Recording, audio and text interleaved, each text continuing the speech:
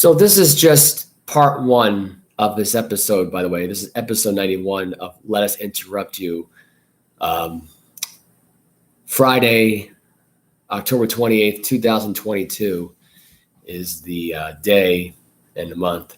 Only about 3 days away from the end of October. It's basically where we're from right now. 4 days away from my birthday. I'll be turning the big old 26 years old. And Tom Brady's divorce is officially final. That's all you really need to know at this point. I mean, by the end, people were looking at it, and I said this. I think I may have said this on the podcast. But Tom's divorce would probably be final by the end of October. Sometime in October, it would be finalized, and here it was finalized. And you know what was also finalized? Brady's fifth loss of the season last night to the Baltimore Ravens last night. They lost 27-22 last night. Sounded a little cheesy there to put it out like that, but the team played terrible last night. They were probably the worst team on the field last night, and that says a lot. It really does say a lot after what happened last night in this game. It's unfortunate. It is what it is. I mean, I don't know how anybody else would have had this whole thing play out, but this was a terrible game last night. Terrible game from the Buccaneers from start to finish. The leading rusher was Leonard Fournette last night. Had 90 carries for 24 yards, 1 touchdown. The lone touchdown came early in the first quarter. The Ravens started that drive 3-0. Got the 1-yard run. Someone got a field goal, so made it 10-3. So let's fast forward to the third quarter. Lamar Jackson short pass to Kenyon Drake for 5 yards. Tied it up at 10-10. Ravens' next possession at the Bucs punt. Lamar Jackson one more time. Isaiah Likely for 10 yards. 17-10. And this game was put away by Devin Duvernay with a 15-yard run. This was 24-13. Bucs got another field goal. Kenyon Drake puts a nice stamp around 54 yards down, sets up a Raven field goal. Bucs want a last chance right now. Brady 8 yards out to Julio Jones for a touchdown. Makes the game 27-22. They failed on the 2-point conversion. Bucs trying to get the onside kick, but unfortunately it came up short. Ravens knelt it out. This was the box score here for both these teams. Lamar Jackson started went 27 for 38, 238 yards, 2 touchdowns, no picks. Tom Brady went 26 for 44, 325 yards, 1 touchdown, no interceptions. That was the only good thing coming out of this right now for Brady was that particular stat line. And it's not like Brady's playing terribly this. I mean, I guess you can argue right now. You can make an argument either way. He could be bad. He could be worse. He's one of the worst quarterbacks in the league. He may be the best quarterback in the league. I mean, he's the best at being mid-average. I mean, I don't know. I mean, how else do you want to put it? I don't know. But Tom Brady's been terrible this year. And I couldn't wait to do this on Saturday to review it, Mike, but we're going to really review it anyway. We're probably going to review it twice. So you're probably going to hear me say this twice.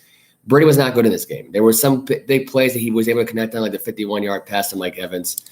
But other than that, if you hadn't really had to look at this, I'm going to adjust the screen here because I lightweight in my face.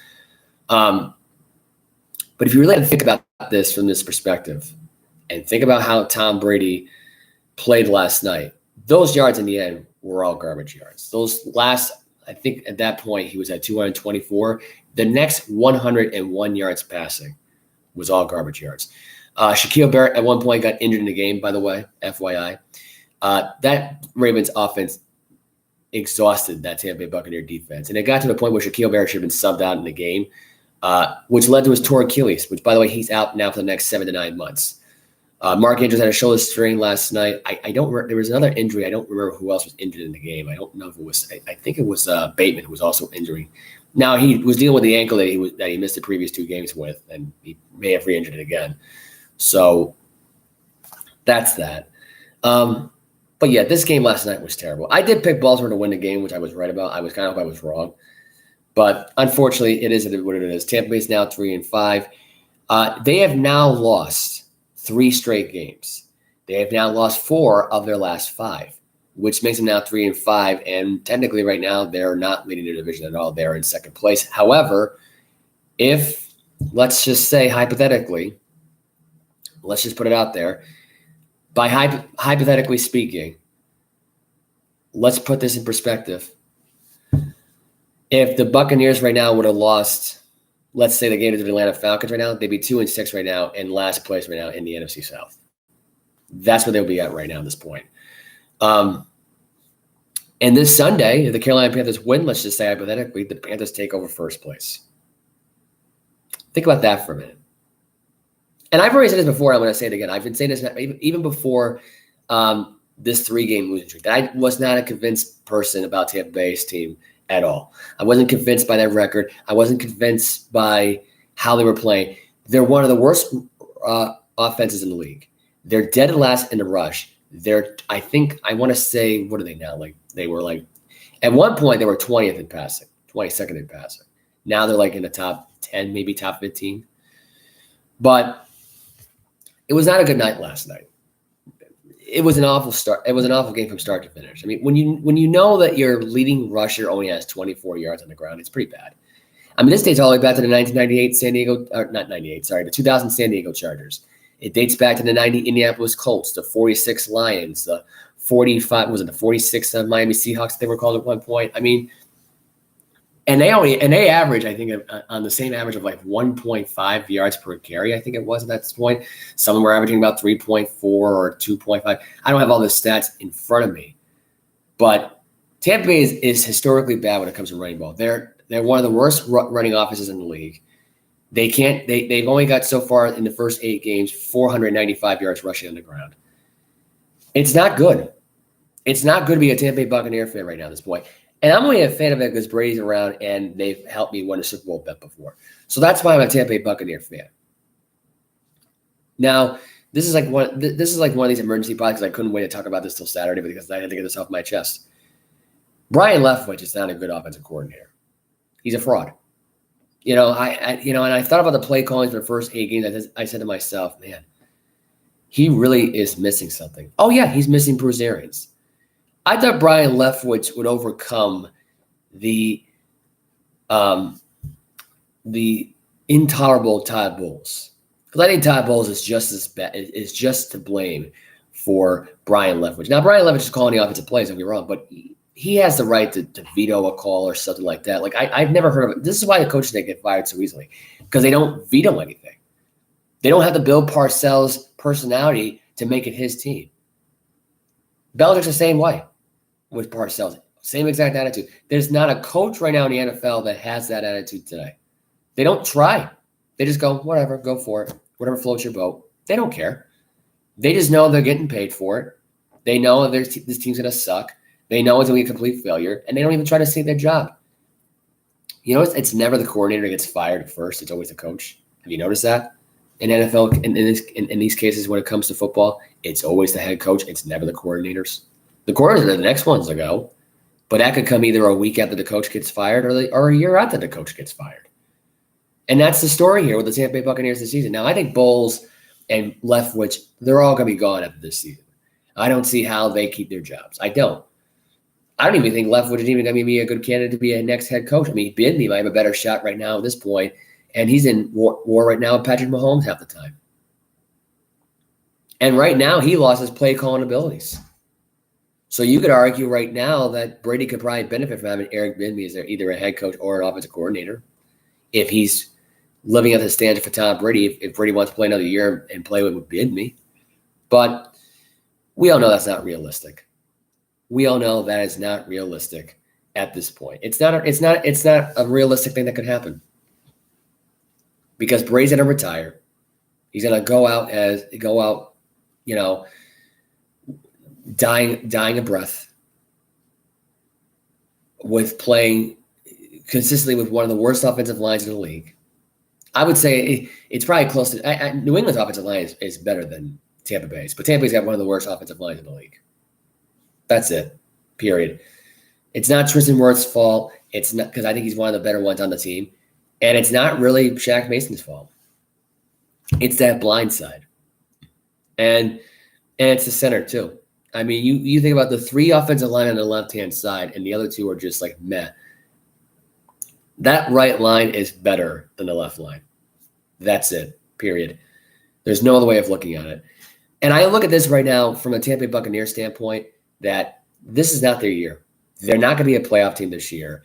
They're not going to be in the same breath at this point with any other like elite teams out there. It's just not going to happen. I'll give you the rest of the schedule now just to prove my point. They play the Rams. I don't see that being a win. I think that's a loss. I think they play the Seattle Seahawks in Germany. That's a loss because I think Seattle just got a better system right now. Better offensive line, better defense. Just being realistic, guys. At the Cleveland Browns, and that's still without that might be a win. That might be a win. That right there will make up for it. They could probably beat the Saints. They're not going to be the 49ers in San Francisco. They're not going to go back at home to beat Cincinnati either. That's 9 losses right there. I just named for you right there. Okay. You can beat the Cardinals. They stink. You can beat the Panthers. They suck. You might lose to Atlanta. That might be the one matchup you might lose in. Or realistically, Atlanta might actually have the Division 1, and you might be just beating them by default in the end for the players to rest. But think about that for a minute. Because I'll give you a reason why Atlanta right now will most likely be the team right now that wins this division. I'll give you the schedule right now. They play the Panthers this weekend. That's a win. They play the Chargers at home. That's a win, in my opinion. I'll give you 2 reasons why right now for that one. A, the Chargers always malfunction between October and November with this Brandon Staley head coach. They're consistent. Their offensive line of play is going to get worse over time, and their defense is injury prone right now. They don't have anybody healthy. So, and plus you're at home. That's more realistic at that point. I don't know if I just already said that, but yeah, they're home. They're at Carolina right after that. That's a win. They play Chicago. That's a win. They play at Washington. That's a win. They play against Pittsburgh. That's a win. They have a bye at New Orleans. Win. Lost to the Ravens. You beat the Cardinals here, and you might beat the Bucs. That right there, realistically, I'm looking at it right now, and I'm looking at their schedule here. That's 4-4, 5-4, 6-4, 7-4, 8-4, 9-4, 10-4, 10-5, 11-5. They'll be 12. Either they'll be 11-6 or 12-5 this year. And I had this team dead last in the NFC South, by the way, just FYI. I'm looking it down right now on my phone real quickly. I gotta stop doing that. But I can't get good Wi-Fi on my laptop. My Wi-Fi is actually better on my phone than it is on my laptop. It's hard to say that, but it's true. It's unfortunate, but it is what it is. I'm gonna try to get a better laptop soon. But yeah, realistically, it's just the Falcons are more realistic to win the division right now. With how easy their schedule is right now, with how much better their defense is getting, with how much like more of a game management situation that coaching is right now with Marcus Mariota, that they're not trying to risk too much with him. It's if you keep playing like this, which they've been playing some good ball, even with the wins and losses here. Right now, they should be right now. If you had to look at this realistically, right now, they should be right now 5-2 or 6-1, I believe, because they should have beaten the Rams. They should have beaten the Saints. I mean, realistically, they should be undefeated because the only loss they should have had at that point was to Cincinnati. That's it. The rest of the other games they should have had won. But somehow they're 3-4, which I for the life of me, I can't figure out. I can't figure out how this team is 3-4. But they proved me wrong. They proved me wrong. They have found a way to make themselves relevant in that division again because they've been irrelevant for a while, and they had Matt Ryan as their quarterback. So maybe it wasn't the coaching staff. Maybe it was Matt Ryan that sucked.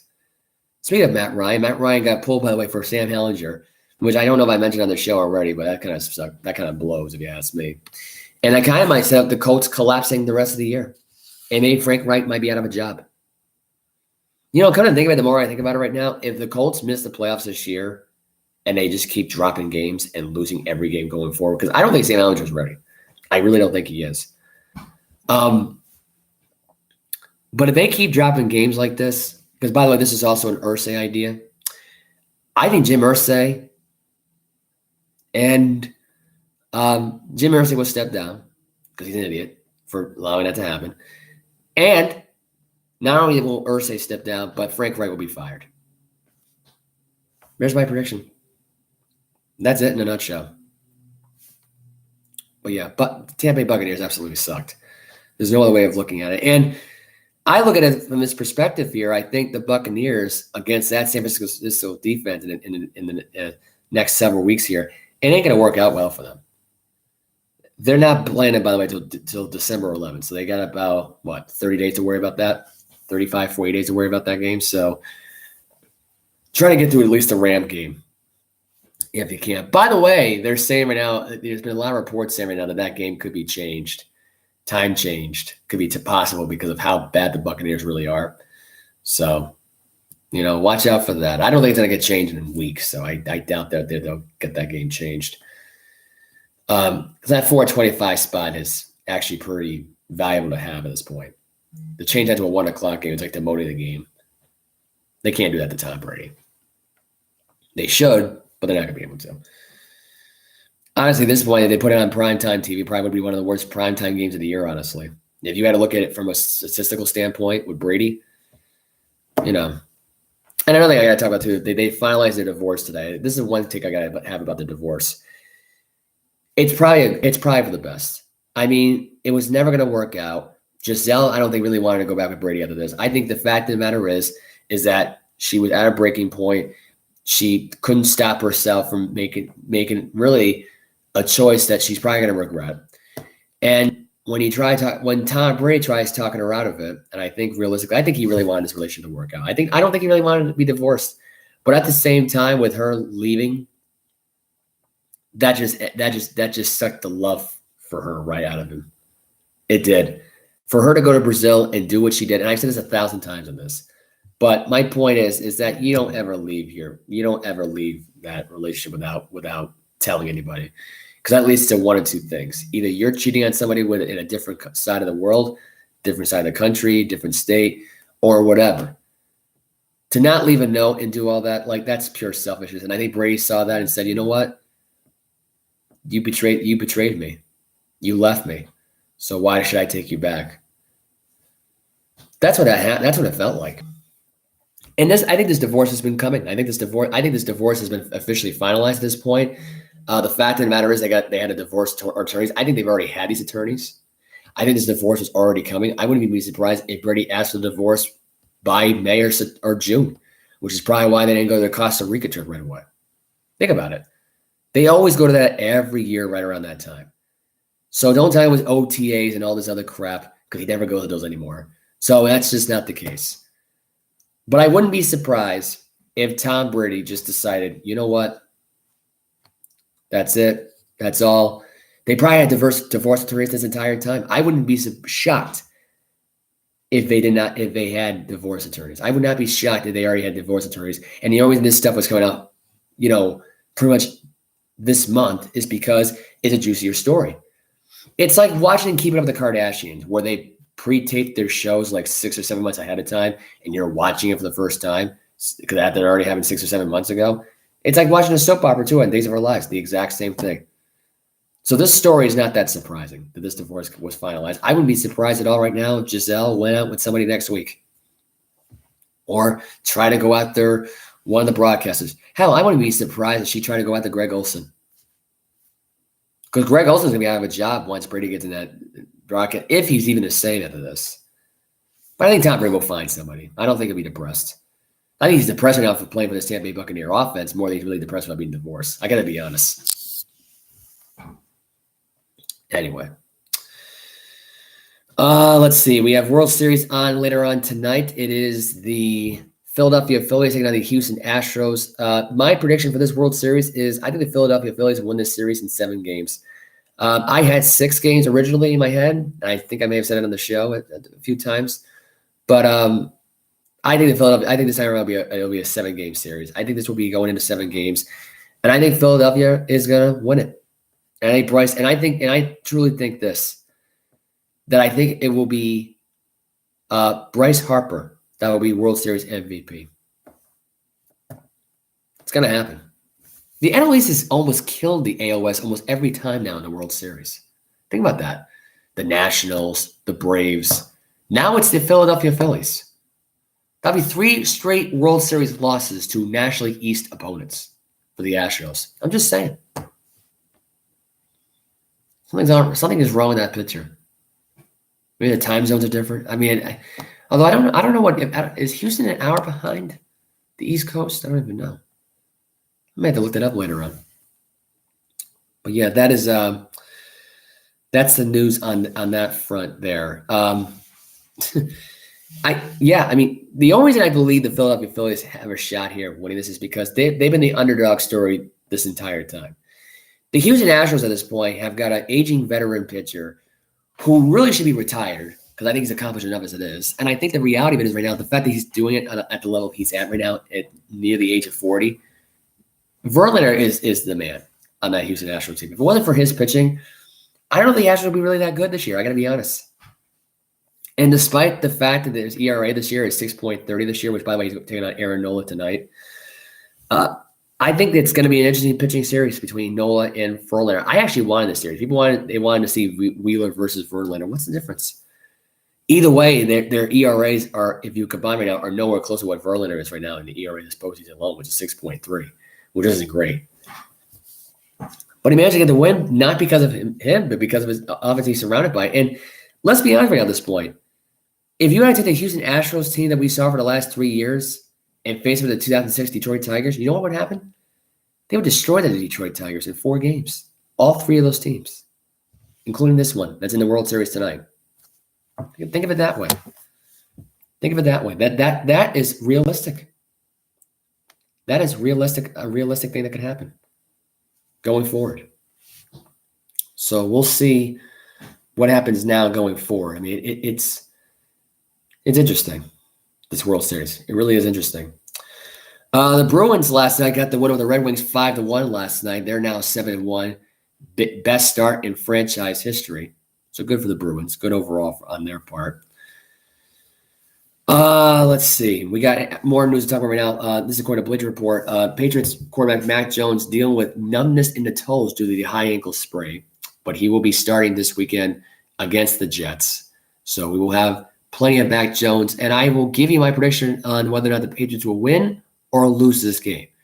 And you might be surprised with the answer tomorrow.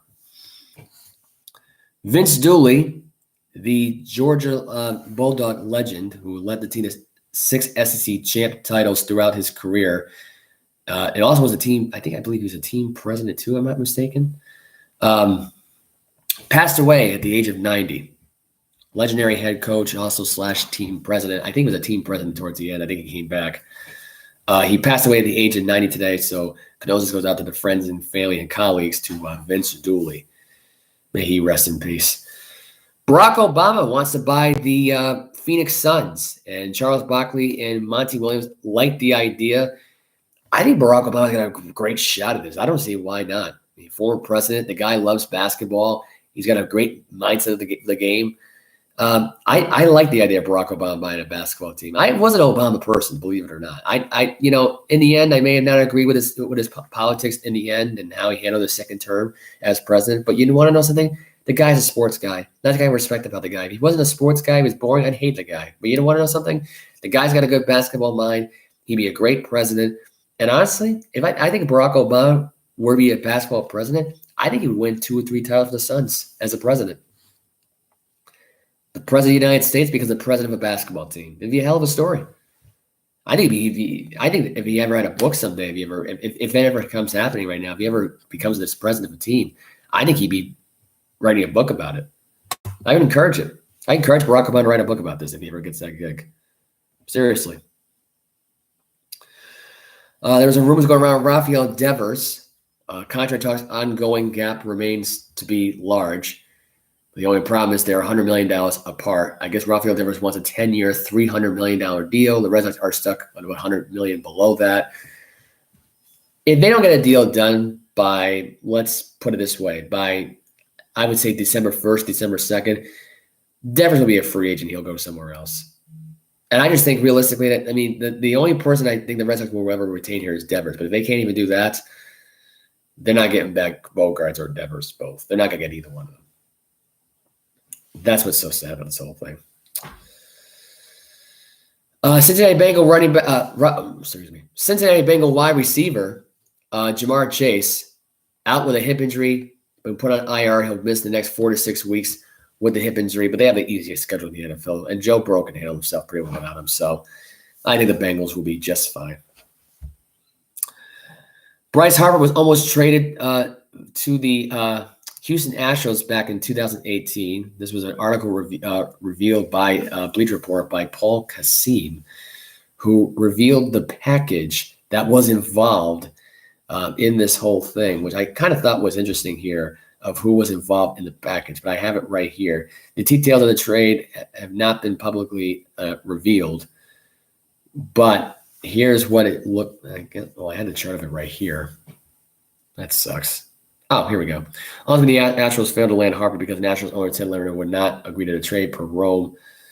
As far as what was the details revealed on Thursday, it involved Abraham Toro and Randy Cesar, right-handed pitcher, Josh James, and J.B. Bucs and Kent Ammuel. Those are the prospects that were involved in getting Bryce Harper to go to Houston. So Houston, that did not pay off for the for the Astros. Sorry. But yeah, that's the story with Bryce Harper, who almost became a Houston Astro. I got to say, realistically, though, here's my take on the whole thing. This team would have failed, I think, in the whole getting Bryce Harper to come here because realistically, I don't think the trade was ever going to work out. I don't think it was. And I think even if it did, I don't think this team would have gone as far because Bryce Harper knows how to drive the ship, control the team, and everyone else just watches. That's why he couldn't do it in Washington for the Nationals. And I think he would have done the exact same thing for the Houston Nationals. Do I think they would have overcame the odds right now? They would have had to put a team together? Yeah. I think they would have put a team together for 1 year with Bryce Harper. They wouldn't make it, and they would win the World Series the following year in spite of him. Or at least make it there. That's what they would have done. And Bryce Harper ultimately would have ended up in Los Angeles. Now, I think Bryce Harper, you could argue right now, could be the missing piece right now. I think at the end of the day, he wins a World Series here for Philadelphia. He may just leave. He may just opt out and say, I'll take my talent somewhere else. I'll go to Los Angeles and win a title somewhere else. In fact, I wouldn't be surprised if Mookie Betts was on his way out the door right now because the Dodgers right now aren't happy about him right now. So a trade right now that involves Mookie Betts for Bryce Harper might be interesting. Cash considerations, contract. The problem is the contracts are massive, so that's the problem there. That's why the trade will never happen. But it's one of those things where you can fantasy dream about it, but in reality, it would never happen. It would never happen. It's just not a realistic thing. Kadarius Toney, the wide receiver for the New York Giants, was traded to the Kansas City Chiefs yesterday. That news was announced as of yesterday. Along with defensive end Robert Quinn, traded from the Chicago Bears to the Philadelphia Eagles for a 4th-round pick. I believe that Kadarius Toney was traded for, I believe, a 3rd or 5th rounder, I believe. I don't know what the trade details were exactly for that trade, but that trade was interesting. I guess Kadarius Toney wanted out of New York.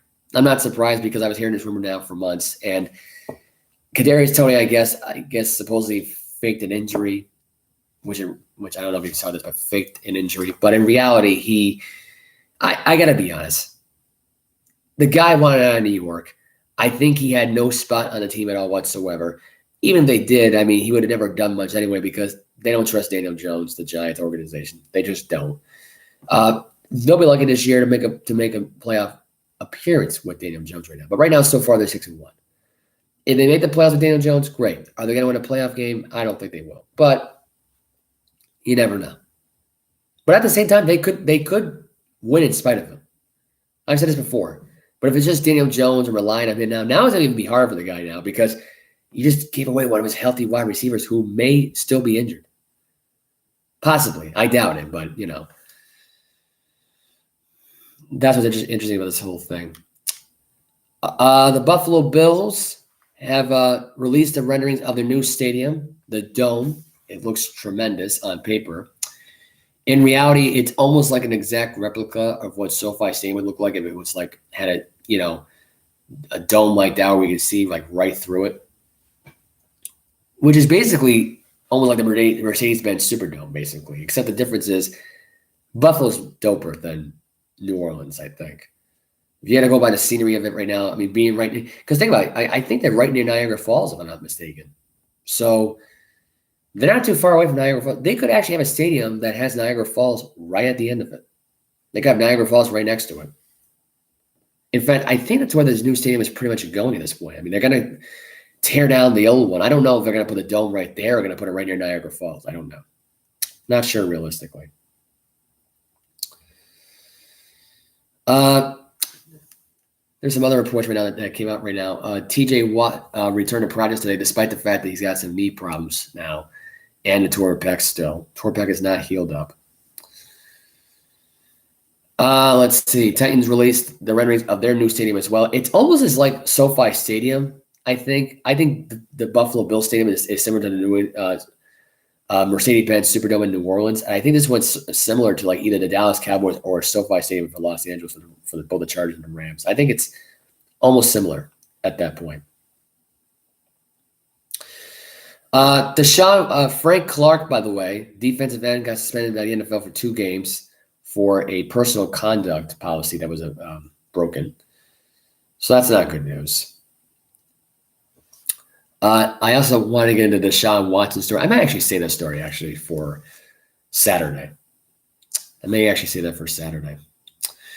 Canadians goalie Price does not have a plan on retiring yet. So that means he's on a mission run. The Montreal Canadiens, I mean, you can go either like yay or nay on them being good or not this year. They got a long season. Jim Nantz will be calling his last Final Four in 2023. Ian Eagle is going to be the one that takes the job from Jim Nantz. I'd be surprised if it was anybody else. They decided to go back with Greg Gumbel. It's like, it's not really the best idea. Could be Al Michaels too. Al Michaels could be a really good one for CBS Sports because this Amazon Prime stuff ain't going to work out for him. I think realistically, if you think about it, Jim Nantz would be a good partnership with Kurt Herbstreit on Amazon Prime. Think about it. You have Jim Nantz, doing that. Al Michaels calling that game. Ian Eagle, I think, gets the chance to call it with Al Michaels. And I think realistically, I think if Ian Eagle and Al Michaels both were a partnership on this whole thing, and they had someone like Reggie Miller on there, or Kenny the Jet Smith, or I would say like Brendan Hayward, because Brendan Hayward I think is a really good play-by-play guy for college basketball on CBS Sports. I think that would be a great partnership. I think it'd be really great to see that partnership play out because I think Al Michaels at this point with Kurt Herbstreit, it ain't gelling. I thought it'd be really good this year. I've listened to the first 8 weeks of it. I've really been disappointed. I even thought the broadcasting for the game last night, I said to myself, like, yeah, I don't know if it's just Kurt Herbstreit that's not that great, if he's not as good as he should be, or it's Al Michaels, because it's every week. It's like they don't. It's not like spaghetti and meatballs. It's not like a burger on a bun. It's not good. It's not great. Let's see. The president of the Milwaukee Brewers, David Stearns, decided to step down, and he will be still as a consultant. He stepped down to baseball operations. I don't remember who is going to take the other position, other than the fact right now that they named that. They announced that this week. So, yeah, that's pretty much it on the news front of things, really. The Deshaun Watson stuff I'm going to save for Saturday with Mike. We're going to just cover college football games. I will give you the highlights for I guess now at this point, the plan was supposed to be coming here for 3:30, 4 o'clock-ish. I don't know that's off the table now at this point. I do have work the next day at 5 a.m. on a Sunday. I actually have a work at 5 a.m. tomorrow, which is why I record this as of now at 7 o'clock at night. But yeah, I want to get that out of the way. Just get it out of the way, just out of the front of that, really. Packers right now, quarterback Aaron Rodgers called out his team, saying there was no objective. Packers object to truthful critique. Aaron Rodgers said that might motivate the team and stuff like that. I look at it like this. The guys, they're not the reason why you're playing terribly. I hate to say it. Maybe week 1 against the Vikings, they were the reason why, but you have been playing god-awful football. God-awful. So you got no one to blame but yourself here. And I think in reality, if he's trying to pull a Tom Brady here, is doing this we stuff, or just calling them out and not even putting himself in the whole conversation of how bad he's been, then he's just going to keep playing like that the rest of the season. It's going to suck being with him. That whole package would be miserable with him. And he'll regret resigning for the next 2.5 years, whatever's left in that deal. I might look into the Deshaun Watson story because I'll get Mike's take on it tomorrow. I was going to save it, but you know what? The more I think about it, I need to get this off my chest when it comes to him. So this is what was reported on ESPN.com. And I have it right here. So this is where it gets interesting here, because apparently Deshaun Watson's attorney team, this is what in her lawsuit it was filed. This is part of the lawsuit here. It alleged that Watson attempted to pressure her into massaging his private area and massaging his private. We try that again. Alleged, because this is just disturbing as it is reading this.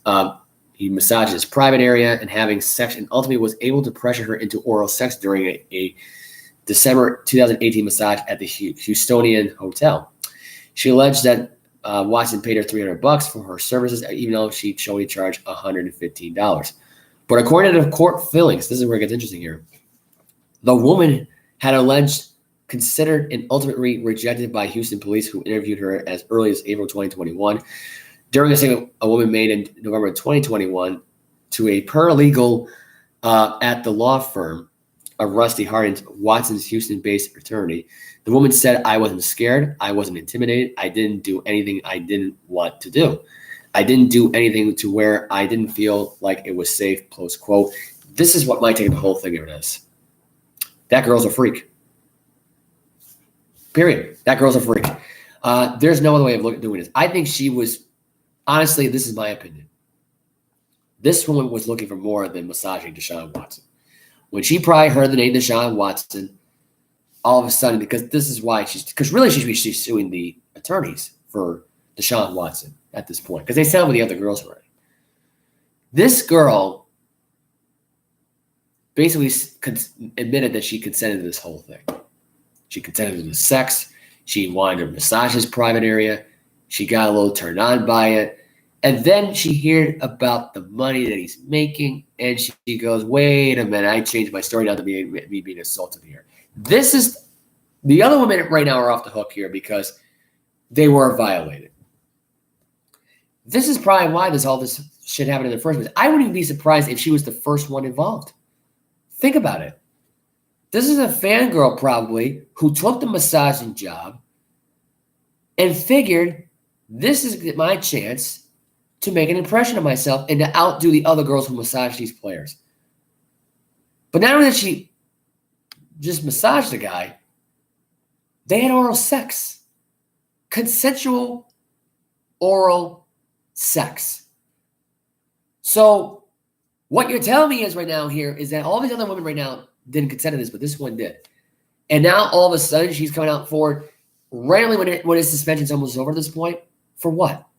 For a cash payout because the other woman got settlements at this point for $100K each? Come on. And he got sued for $5 million. He got fined $5 million. I don't even know why I don't even know why Deshaun Watson even bothered signing that contract. I don't even know why he even agreed to even go through with it. Why would he even, knowing that what was going to happen with that money, did he just sign a deal just to pay these girls off? Let's think about this for a minute. He got traded, went to the Browns, and now the girl comes out and says, "I wasn't scared. I wasn't intimidated. I didn't do anything I didn't want to do. I didn't do anything to where I didn't feel like it was safe." So why sue him then? Why go out of your way to sue this guy? I tell you why. Because this is all planned. They wait and wait and wait and realize, oh, his suspension time was over? Oh, let's resuspend him. This may blackball Watson's chances. And at this point, this story has been dead. But I want to get this out of the way because I don't think we're going to even have time to talk about it. We might get a chance to talk about it on Saturday. I don't know. But my feeling is we won't even get a chance to. But my take on the whole thing of it is that this girl was never abused. She was never assaulted. This girl to me saying all these things and saying, I wasn't scared, I wasn't intimidated, I didn't do anything I didn't want to do. So what were the things that you didn't want to do or you did want to do? Did you want to have sex with him? Were you like, it just, I don't get it. Now in this lawsuit, she's number 26 in the whole thing, accusing him of inappropriate sexual misconduct in sessions. But here's the thing. This is what he also said. I would love to be in love and to love him. I don't want to put criminal charges on him. So if you're in love with a guy, so basically what this, you know what this sounds like to me? This sounds like blackmail in order to be under his thumb, in order to have a relationship with this guy. Do this. Because this girl's obsessed with him, clearly, just by reading this quote. And it's pretty obvious that this girl either is dramatically traumatized from basically being exposed to his private parts or hypnotized or something. Or this girl really wants control of Deshaun Watson. Cash grab, have him under his thumb, pure obsession. It's like days of our lives. You blackmail somebody to fall in love with them. The person falls in love with you, and you control his every move. Control who he hangs out with, who he associates with. That's the thing, what girls do. Now, I'm not saying every girl does it, but it's almost like, yeah, you're not wrong there. That girl doing this and saying this line, I don't know if she's trying to be a sex therapist at this point, if she's trying to blackmail him for money and to fall in love with him or something. Right now, we don't even know if there's going to be a criminal case on this right now or just a regular civil case. It's number 26 in the civil. Is it number 1 in the criminal? So what do you guys think? Because you want to know what I'm thinking right now? This is a girl who's looking for a cash grab, but not only just for a cash grab, a sugar daddy. That's what Deshaun Watson is to this girl. A sugar daddy. Not a criminal, not a rapist, not a predator, a sugar daddy. Deshaun Watson, to this girl right here whose name is not even mentioned here, and I'm surprised that her name's not mentioned here because this is turning into a story now where why even keep the name private? This girl went on unfiltered here. I would love to be in love and to love him. No, you would love to have his money. Who are you kidding? You want to charge him criminally at this point. Come on. Come on. Fact of the matter is, she said she was the fact. Could you imagine he didn't even pay him at all? Pay her at all? That's another way of thinking about this whole thing. All the other women, and I don't remember if I ever said this in the show or not, but did the other girls ever get paid $300 while the service were for $115? I'm just curious. I don't think they ever got paid. I think that's why they got settled. Because I can't remember throughout this entire summer on whether or not these girls were even paid once. This is the only case I've heard of it so far where she not only got paid, but she got paid $300 and her service was only raising $115. Think about it. And why would she even care about the service after she was supposedly assaulted? Here's the thing that really gets me. Why even take the money? Why even stick around? And here's the thing that really gets me at this point, which drives me freaking crazy, is the fact that this girl still wanted the money after she was supposedly assaulted. And she says, I would love to be in love and to love him. Right? No one ever would. The other 25 women never said that line, except for this one. So ask yourself this question, everybody. Was this girl assaulted? I'll give you the answer. No. There's no assault here. She just proved her case. I don't know.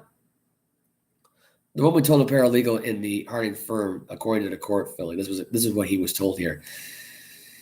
Now, this is what apparently they had an encounter back in 2018, I guess. I guess it was said here, I'd like to see you again. We should hang out. The woman wrote to Watson 11 days after the massage, can you invest in me? See, none of these other girls had any contact with him after these things happened. Think about it. Half of them probably blocked him on Instagram, or I would say about 99.1% have blocked him on Instagram or Facebook or Twitter or TikTok or whatever he's got. They all blocked him. This girl wanted money. wanted sex for dollars. She might as well have been the Houston Texan prostitute. In fact, I may even name this episode this tomorrow. Part 2 of the episode might be the Houston prostitute. So get ready, folks. That might be the name of the episode tomorrow. But I really can't believe this girl. I honestly can't believe it. I really can't believe it. I actually read this 22 times and said to myself, this girl was never assaulted. I'm trying to find every single bit of evidence that says to me right now, this girl is suing him because of the 25 other women. She is suing him because she's not getting paid for her services anymore, and she hasn't been invested in it. Her stock is dropping. So she needs something. And the fact that she left her, whatever that relationship is, in Houston to go to Cleveland to get away from her. Now this girl wants money. She's her sugar daddy, period. He is a sugar daddy to this woman. That's it. End of discussion. Now, you could say whatever you want to say about the whole thing. The reality of it is, Deshaun Watson is a sugar daddy now to this woman now going forward. That's what this lawsuit is about. I am Joseph Olivo. This was episode 91, part 1. Mike will definitely be here for part 2. He definitely wants to come in here tomorrow. He will be here tomorrow. Otherwise, I'm out. Bye. You know my social media already. I'm not going to repeat it.